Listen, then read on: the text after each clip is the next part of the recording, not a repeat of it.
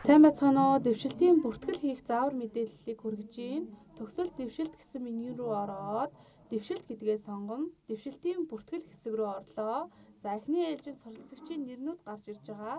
За түүний дагуу шийдвэрийн дугаар оруулах хэсэг байгаа. Хүүхэд болгондороо шийдвэрийн дугаар, шийдвэр, шалтгаан, дэвших бүлэг, төлөвлөгөөгөө сонгож өгнө. За энэ дээр жишээ байдлаар шийдвэрийн дугаарыг оруулчихъя. За шийдвэр гэдэг дээр дэвшил суралцах, шалтгаан гэдэг дээр энэ шалтгаануудаас та хэд маань алийг нь сонгодог, тэрийгээ сонгоод явна. За би бол хөтөлбөр амжилттай дүүргэсэн сонголоо. Ангиа дэвших бүлгээ сонголоо, төлөвлөгөөгөө сонголоо. Гэх мэтчлэн хүүхэд болгон дээрээ хийж өгнө.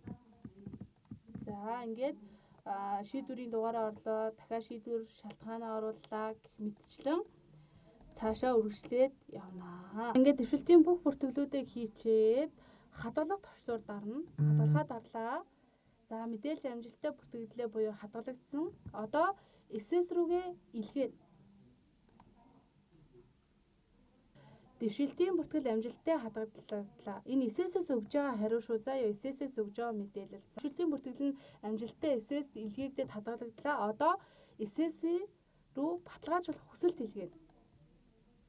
Дэвшилт баталгаажуулах хүсэлт амжилттай илгээгдлээ. Тэ? SS дээрээ баталгаажуулалт менежер хийн гэсэн үг шүү. За ингээд ар дээр нь баталгаажуулалтын менежер хийчлээ гэх юм бол та хэд SS-с төлөв шалгах гээд төлөвөө шалгачна.